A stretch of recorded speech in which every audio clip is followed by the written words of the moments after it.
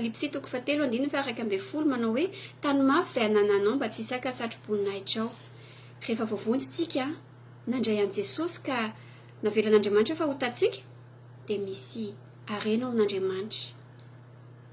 Fahasoavan'Andriamanitra arotsany amintsika ary manonona teny fikasana ao antsika izy, manome destiny ao antsika izy, manome harena ara-panao antsika izy ao an-danitra ao, eo amin'ny fiainantsika misy faveur ho an'ny zanak'Andriamanitra.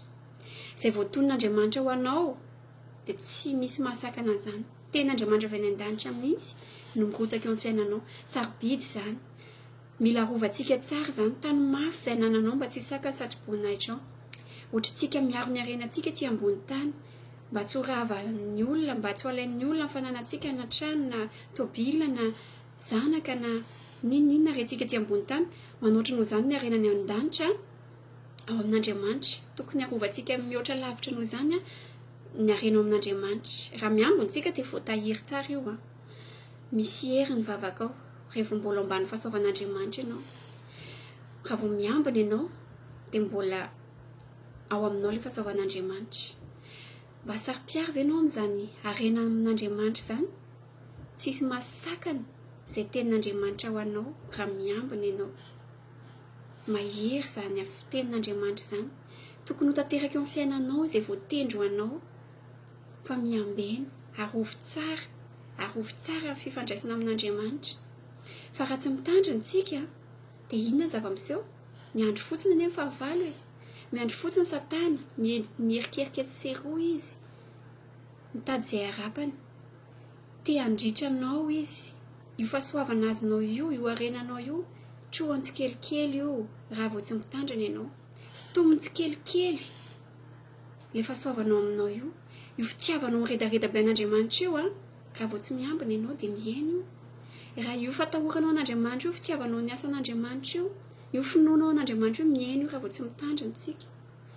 Trohany tsikelikely io raha vao tsy mitandrina tsika. Manomboka miaina fitiavanao mivavaka, manomboka miaina amin'ny fotoana makianao baiboly, manomboka maka fotoana bebe kokoa ianao amin'ny telefona sy amin'ny zavatra resadresaka tsy mahasoa, tandremo fa amin'ny fotoana io mihitsy ilay mila miambina tsika. Tsy tokony variana amin'izany tsika fa mandany fotoana bebe kokoa ao amin'Andriamanitra tsika.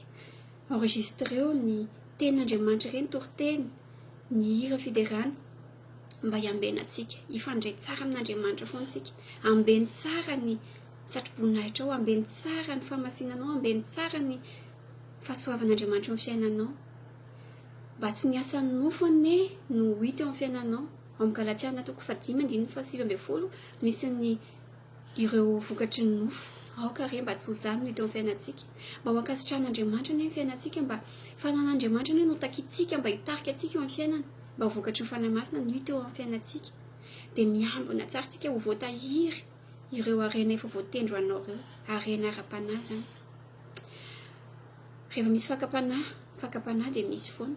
Rehefa eo alohan'izany ianao, eo alohan'ny fakapanahy, tady dio tsara fa Satana izay io alohanao io, mody manao zavatra manintona masonao izy, manintona sainao izy, dia hoy ianao tsara izy izany.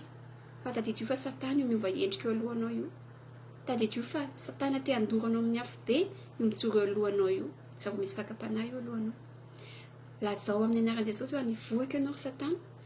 Hoy ny tenin'Andriamanitra hoe toeriny devoly dia handositra anareo izy, ambeny tsara ny famasinanao, ambeny tsara fahasoavana efa voarainao tamin'Andriamanitra. Aza vela ho an'ny Satana mora foana izany, tsy aza omena anjara akory izy eo amin'ny fiainanao, aza manome fitoerana ho an'ny devoly. Efa fahavalo resy Satana amin'ny anaran'i Jesosy. Mba ho efikasy ny vavakao, aoka tsy hisy fahotana eo amin'ny fiainanao, aoka ho tarihan'ny fanan'Andriamanitra ianao mety miteny hoe tsy manota tsony zanga mijangajanga, zanga mangalatra. Non, tadidio fa misy fahotana indraindray tsy ampoizitsika. Na io vavantsika io aza, sao dia miprometra zavatra tamin'olona tsika, sao dia niteny zavatra mety mandratra olona tsika. Raha ohatra hoe ianao ny prometra olona hoe anao an'izao meko an'izao ianao nefa tsy tanterahanao izany teny izany, dia efa fahotana izany.